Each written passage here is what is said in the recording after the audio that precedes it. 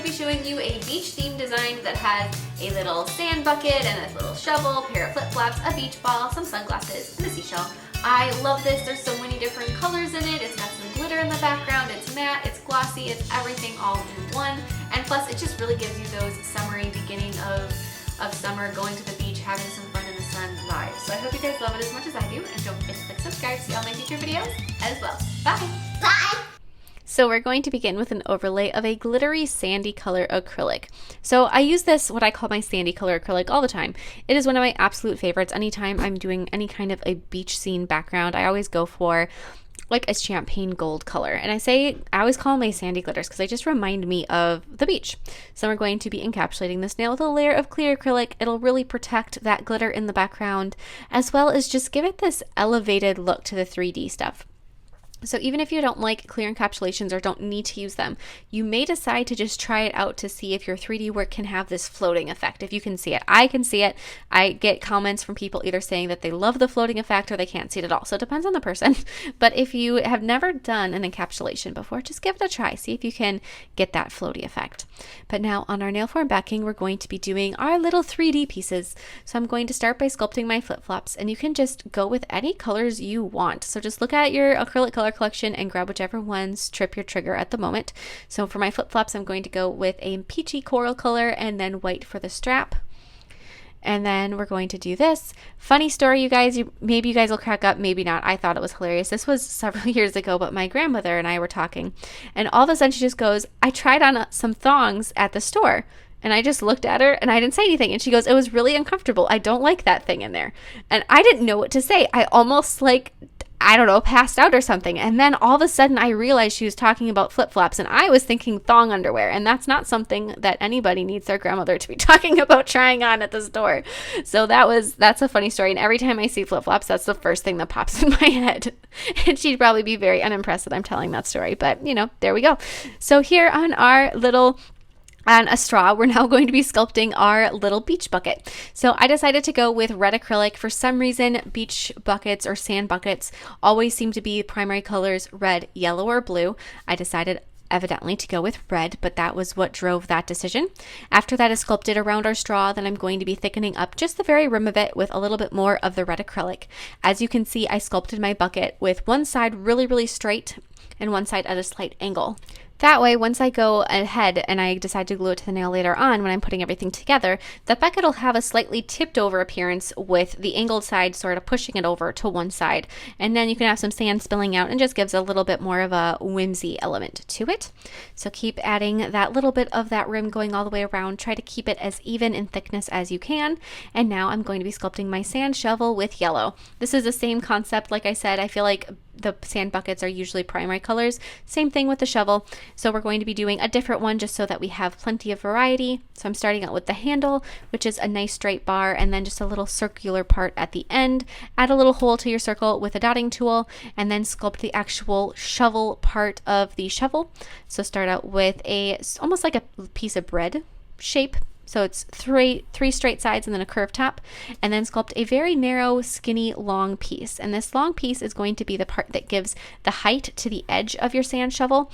So just sculpt that out really nice and straight, and then leave it there to set up for just a couple seconds. Depending on your type of acrylic, that may be 10 seconds, maybe 30 seconds, maybe a minute. But then kind of roll that up almost like you're doing a 3D bow and wrap it around the perimeter of your sand shovel, leaving the very front of it open. So the front of it is the side opposite the curve. Add some more acrylic to the inside to kind of perfect that shape and keep that part that's standing up. And then once you're done with that, you can take a little scissors and snip off the ends if there's any extra length sticking off. And then you can pick up the handle of your sand shovel and you can glue it down. So just add a little bit of glue to the very back of your sand shovel piece and just hold that little handle there until the glue sets up, and then you can let go and it's all good to go. If you want, add a little more acrylic to secure it, but if it seems strong enough, later on it'll all kind of be set down on the nail where it won't be sticking up very much, and it'll be okay. But now this is the fun one. We're going to be sculpting our beach ball. Now, if you have something that is pre-circular that you don't have to sculpt the whole beach ball with, like for instance, if you happen to have a bead laying around that you can use instead of actually sculpting a sphere, I would highly recommend it. Even if you want to sculpt the sphere maybe think twice, because sculpting a sphere is not really that much fun. But we're going to start by sculpting a circle on our nail form backing and then building up one side of it until you can try to get that full half circle shape. Once that side's done, build up the other side of it. Just bear in mind it takes a lot of acrylic, a lot of layers, and a lot of filing. So if you want to do it, I mean, hats off to you, go for it. It can definitely be done. I'm not saying that it can't be done, but if you have something else on hand that you can use as an alternative idea, maybe just go with that instead. I've also seen little 3D molds that make half circles. You could certainly use one of those too, just to make it a little easier on yourself. But then if you do decide to do it full out, sculpting the whole thing like I did, you're going to need to file this with a hand file to smooth it out and get it as round as possible. And go easy on yourself. It doesn't have to be completely perfectly circular, but just pretty good. Then on a nail form backing, we're going to be sculpting our last piece, which is a pair of sunglasses. So I'm going to be sculpting them with black acrylic, and I'm just going to do it from like the front of the glasses. So I'm going to be doing the frames and the lenses. I'm not going to sculpt the temple pieces because, you know, they're folded up, you know, hypothetically they're folded up and we don't even see those, so it doesn't matter. So we got the two lens pieces and then the little bit of the bridge in between, and then just the very sides of them, they'll stick out just a touch. So sculpt all of that, and then we get to start assembling this, which is by far the most fun piece of any kind of design like this, is getting to assemble it and put it all together.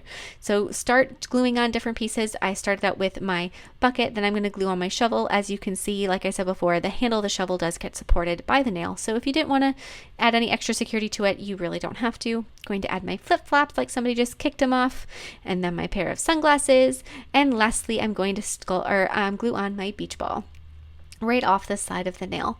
And now a lot of these pieces are very thin, like the sunglasses and the flip-flops, the handle of your shovel. All of those pieces need some security with clear acrylic. So fill in behind them, around them, however you want with some clear, just to make sure that they aren't going to break. The handle of the shovel is actually pretty secure because it is supported both by the nail and by the scoop part of the shovel, but especially those sunglasses that are sticking up really need to have some extra strength added. But now we're going to be adding some more sandy color, that same color as our background, around the base of our bucket to make it look like it is partially buried. So just add a little bit coming up the sides around the outside, and then add plenty of that sandy color to the inside of your bucket. So fill it up as full as you would like to. You can fill it up all the way if you want, or halfway, whatever floats your boat. But if you want to, it'd be really fun to have a little bit spilling out. Otherwise, I decided to do some sand spilling on my shovel instead. But then I'm also going to go through and sculpt the handle of my bucket with blue. Again, keeping with that whole primary color theme. I'm going to do that. So add the little handle, and as you're sculpting this little handle on your bucket, if you wanted to sculpt it separately and then attach it, you could really position it at any height. Like it could be sticking straight up in the air if you wanted to. That would be very delicate though, so it'd have to be something that if you do decide to do it that way, you just have to keep in the back of your mind that it would be easily broken. So if you sculpt it against the bucket as I did, then you just know that it's a little bit stronger and a little bit more secure. Add all of those bits, trying to make sure that my blue has a smooth height to it. You're going up and over the ridge that's on the top of the bucket, so you have to kind of compensate for that by making sure that the handle gets smoothed out a little bit more than if it was just on a smooth surface. After I have that little handle done, I'm going to go back to my sandy color and add that bit of that acrylic spilling off the end of my sand shovel. And it can kind of drip down. There's plenty of space to the side to do that. And now we get to add a few final details to everything with acrylic paint. The first thing I'm going to be doing is adding the colorful stripes to my beach ball. And you can do this basically however you want. There are beach balls in all colors around. They can have a single color, or you can do like the classic striped thing as I am doing.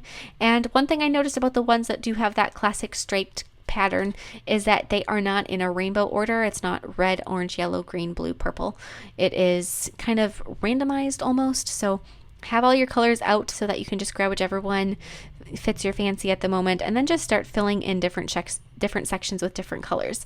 The way I did it to make sure that I didn't have a rainbow pattern is I did primaries on one side and secondaries on the other.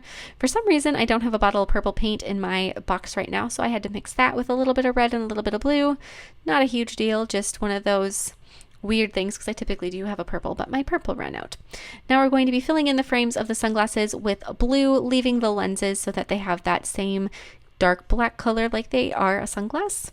And then after you have those done, you can add any other details to this you want, some little highlights here and there if you so desire, but really everything else is pretty much done. You don't have to add anything else too much to this if you don't want to. I'm going to apply a little bit of a jewelry gel where I want my seashell, and then apply some gel sealer over all of the sand. So we're going to make sure we cover all of the sand both around the bucket, in the bucket, on the shovel, etc. If you want to, you can do some of that glossy gel sealer over your beach ball, your shovel, your bucket, whatever you think is really shiny. Typically those plastic items are very shiny, but if you want to and you have this on hand, you can use something called a 3D glaze over those 3D elements, like all your bits basically, and that'll give it kind of a sort of between a satin and a glossy sheen, and it just looks really nice. And that's it. I love this design. Like I said, it gives me all the summer feeling, so I hope you love it as much as I do. And don't forget to share recreations with me on Facebook or Instagram. I'd love to see them, and I'll see you guys next time. Bye!